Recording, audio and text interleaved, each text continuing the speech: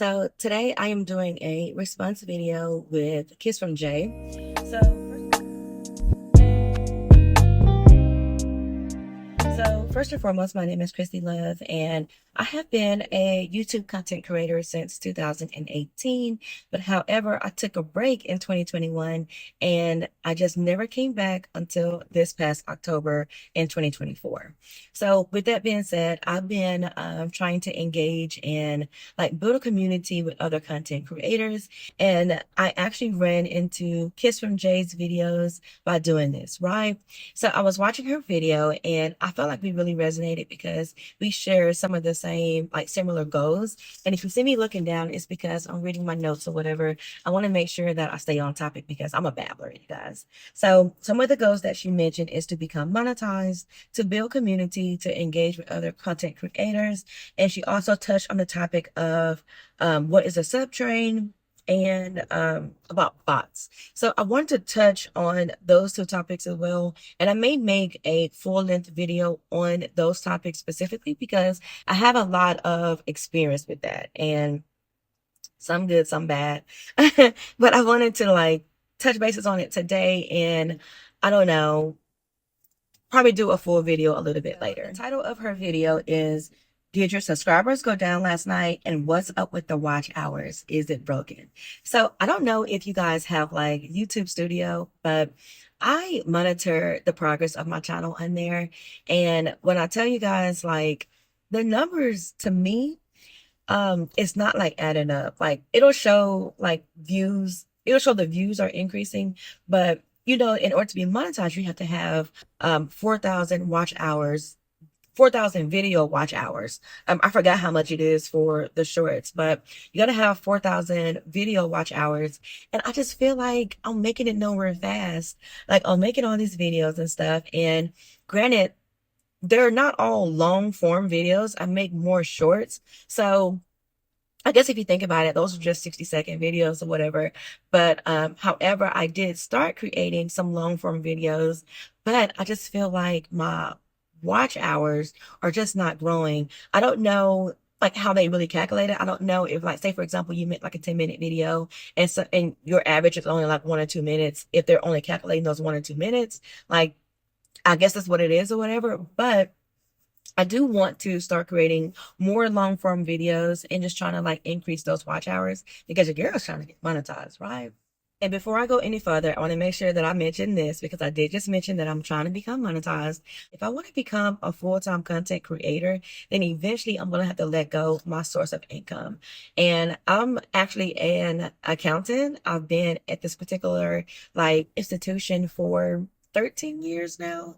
So in order for me to let that go, not today, but eventually let that go, I'm going to have to become monetized so that I can support myself and my family, right? I'm working on creating a lot of relatable and quality content. And that's one of the reasons why when I seen this particular video that I'm doing the response to, it really resonated with me because I'm oh my goodness, what is up with the watch hours? What's going on with that?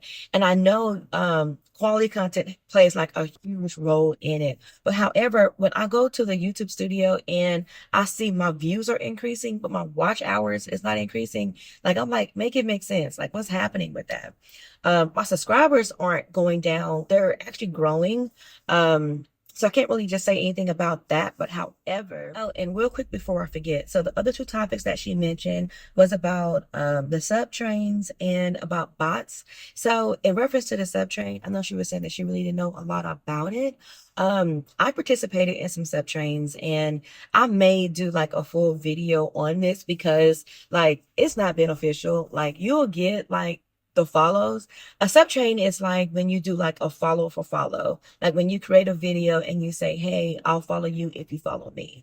And the reason why I feel that does not work is because you're following people that you may not even have any interest in. So while you're building up your follow count, it's the algorithm is not going to work for you. It's actually going to work against you because you may be posting something and they have followed you. Say, for example, if I post a hair video, they may not be interested in hair video. They may be doing like plants and landscaping over here, and I'm posting hair videos. So before they know it, they'll be like, who's this chick up on here or whatever, and they'll go ahead and unfollow you.